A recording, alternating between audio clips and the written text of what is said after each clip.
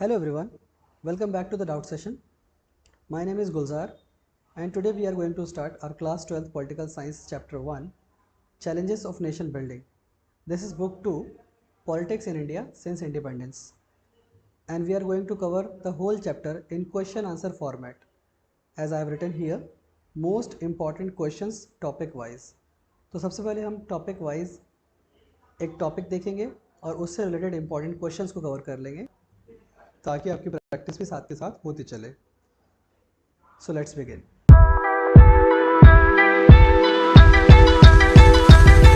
तो ये हमारा फर्स्ट टॉपिक है, challenges for the new nation. जैसे कि आपने देखा होगा फर्स्ट पेज में, तो यहाँ पे जो लिखा हुआ है इसकी समरी मैंने प्रोवाइड करी है.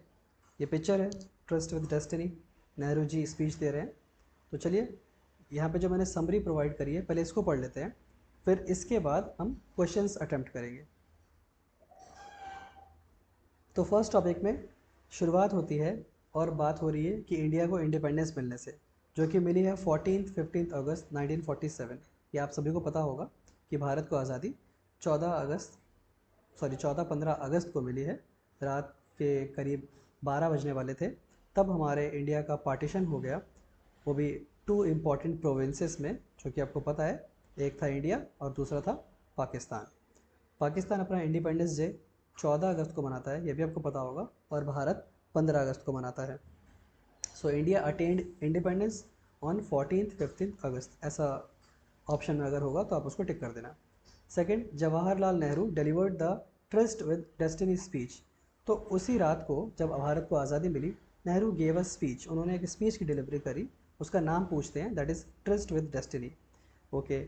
और जब भारत को आज़ादी मिली तो लोगों के अलग अलग एस्पिरेशंस ऑब्जेक्ट्स थे कि कोई डेवलप होना चाहता था, कोई एजुकेशन, कोई कल्चरल, कोई अलग अलग सेंस लोगों के एस्पिरेशंस थे. बट 2 इम्पॉर्टेंट की पॉइंट्स जिस पर सभी लोग सहमत थे, they all were agreed upon this thing. वो क्या था कि डेमोक्रेटिक गवर्नेंस होनी चाहिए. आगे जब भारत आगे बढ़ेगा, भारत आज़ाद हो गया है, तो भारत में डेमोक्रेसी होगी.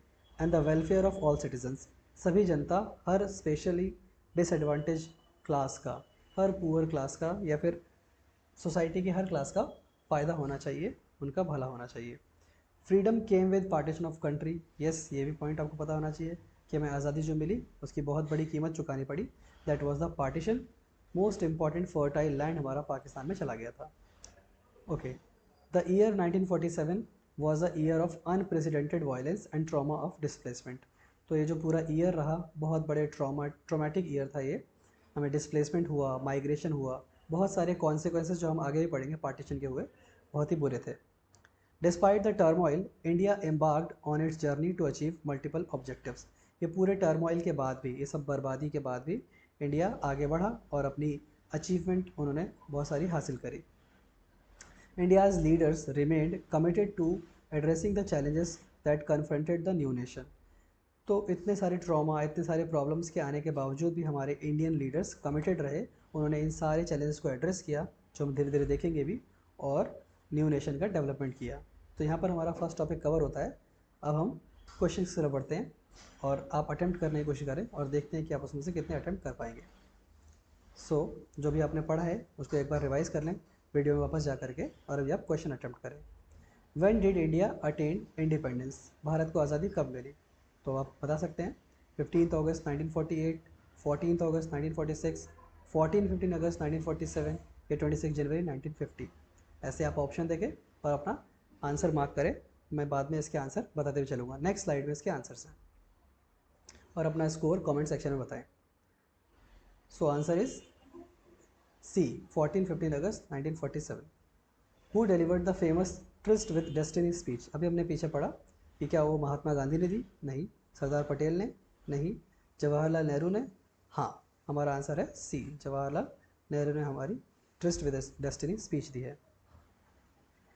तो यहाँ पर आंसर है उसका पहला 14-15 अगस्त, second Jawaharlal Nehru. So question number 3 is, what were the 2 main goals that almost everyone agreed upon after India's independence. Bharat आज़ाद हुआ, कौन से 2 इम्पॉर्टेंट गोल्स थे जो सभी उस पर एग्री करते थे? बाकी अलग अलग चीज़ें थी जो लोग एग्री नहीं करते थे. किसी की कुछ आकांक्षाएं, एस्पिरेशंस थी, किसी की कुछ, बट दो गोल्स जिसपे सभी एग्री करते थे।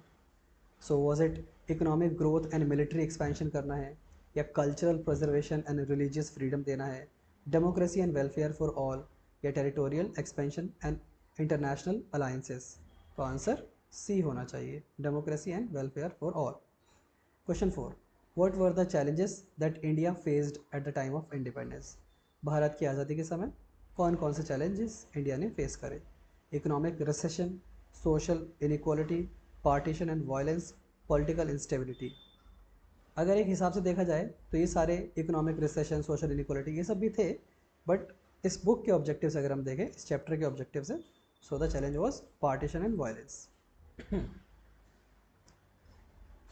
जैसे यह है हमारा आंसर सी, और इसका हमारा आंसर है, इसका भी सी ही है। Question 5, what significant event accompanied India's freedom in 1947? Question ऐसे भी बन के आ सकता है कि ऐसा कौन सा सिग्निफिकेंट इवेंट हुआ भारत की आज़ादी के साथ साथ जब आज़ादी हुई? Formation of United Nations, World War 2, partition of the country, या signing of the Indian constitution? तो हमें पता है कि 47 आज़ादी के साथ ही हमें एक बहुत बड़ा सदमा मिला, that was partition of the country. How did the trauma of displacement impact India in 1947? तो इस ट्रॉमा ने भारत को कैसे इम्पैक्ट किया? It led to economic prosperity, हमें और ज़्यादा आर्थिक समृद्धता हुई? नहीं, ऐसा नहीं हुआ था। It resulted in peaceful transition, it caused unprecedented violence and suffering, it had no significant impact. तो इसका आंसर क्या था? It caused unprecedented violence and suffering. तो यहाँ पर इसका आंसर है, पर इसका पार्टीशन ऑफ द कंट्री, और इसका इट कॉज्ड अनप्रेसिडेंटेड वायलेंस। सब में सी है, कोइंसिडेंस।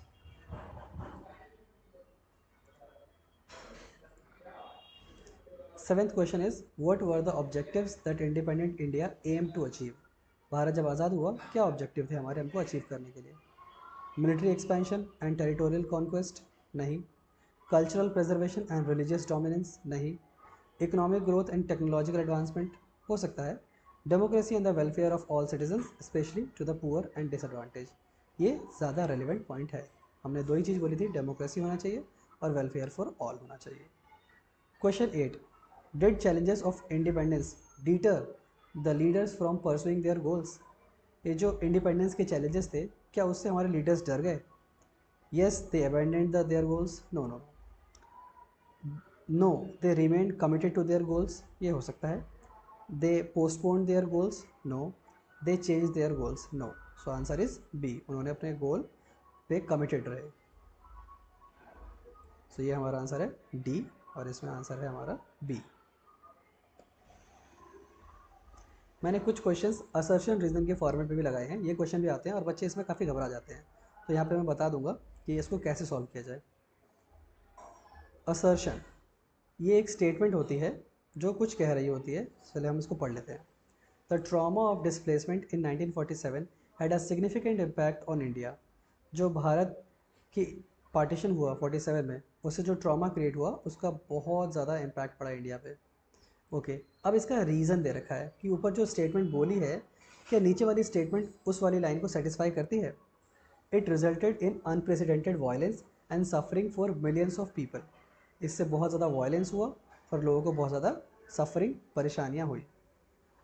ठीक है, तो अभी मैं आपको समझाता हूँ कि इस स्टेटमेंट को इनको सॉल्व कैसे करते हैं।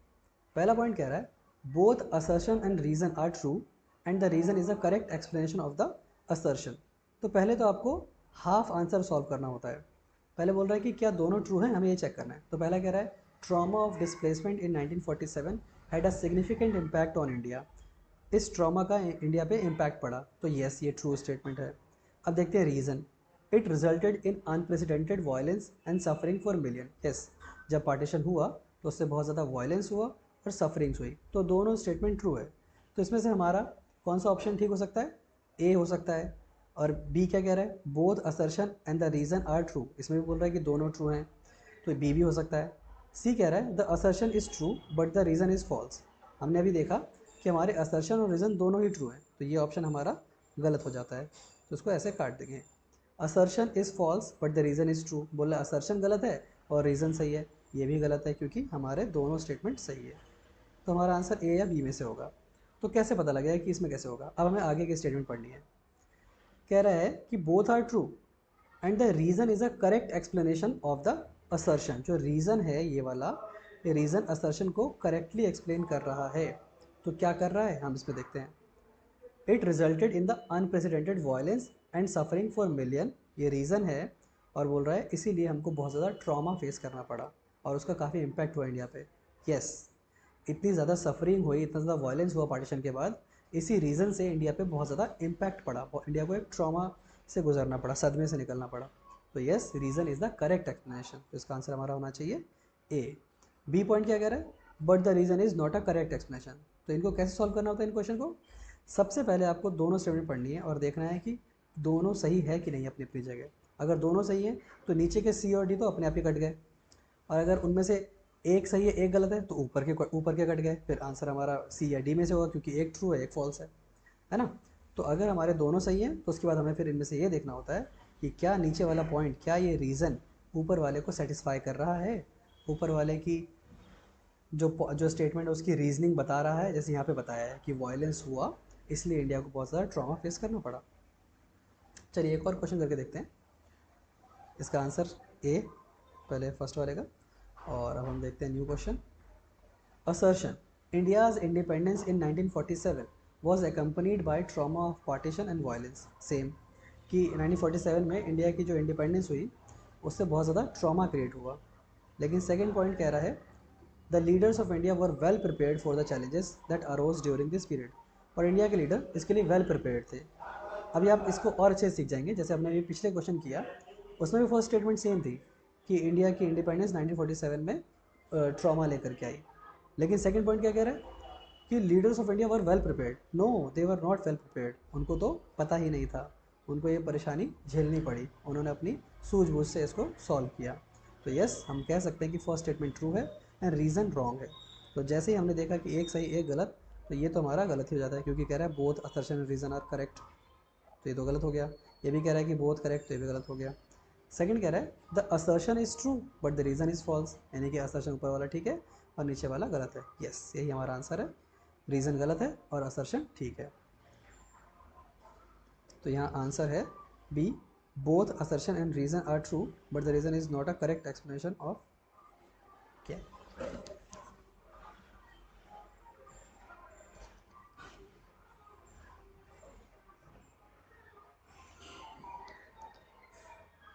ओके, तो यहाँ गलत आंसर प्रिंट हो गया है। तो इसका आंसर होना चाहिए C, the assertion is true but the reason is false. यहाँ पे ये बी गलत है, इसको काट दीजिए। ओके, आगे मैं आपके लिए शॉर्ट आंसर्स जो कि डिस्क्रिप्टिव होते हैं, मतलब रिटन जिसको लिखा जाता है, ऑप्शनल नहीं होते हैं, वो वाले भी आपके लिए लाता रहूँगा। टॉपिक कवर करेंगे और टॉपिक से रिलेटेड उसके क्वेश्चन आंसर देख लेंगे, चाहे वो एमसीक्यू हो चाहे वो डिस्क्रिप्टिव हो। तो फर्स्ट क्वेश्चन है, what were the two main goals that almost everyone agreed upon after India's independence. जो हमने अभी देखा, लेकिन अब उसको डिस्क्रिप्टिव में कैसे लिखना है ये देखिए। To run the country through democratic government. जब भारत आज़ाद हुआ तो यही दो इम्पॉर्टेंट गोल्स थे कि इंडिया को डेमोक्रेटिक गवर्नमेंट के बेसिस पे चलाना है। और सेकंड गोल था to run the government for good of all, particularly the poor and the socially disadvantage groups. तो गरीबों के लिए ज़्यादा भलाई के काम करने थे क्योंकि India is a welfare state. Question 2, what were the challenges that India faced at the time of independence. Bharat आज़ाद हुआ, क्या क्या चैलेंजेस उसने फेस करे। तो अगर ऐसा 1 या 2 मार्क्स का आता है तो आप लिखेंगे India faced challenges such as trauma of partition, violence, displacement of people in the year 1947। Okay, so और भी बहुत सारे थे जो अभी हम बड़े आंसर 4 मार्क्स 4 मार्क्स 6 मार्क्स वाले में देखेंगे। अभी हम यहाँ पे इसको स्मॉल, मैं बस एग्जाम्पल्स दे रहा हूँ। What significant event accompanied India's freedom in 1947? 1947 में ऐसा क्या हुआ जो इंडिया की आज़ादी के साथ साथ एक सिग्निफिकेंट इवेंट था? वो था the partition of the country. तो आज़ादी के साथ एक बहुत बड़ा सिग्निफिकेंट इवेंट हुआ, वो था पार्टीशन ऑफ द कंट्री। ये 1 मार्क में अगर डिस्क्रिप्टिव आए तो। So that's all, thanks for watching. Please like share and subscribe. कोई डाउट हो आप कमेंट में पूछें और इस तरह ही हम अपना पूरी बोर्ड की तैयारी कर लेंगे। थैंक्स।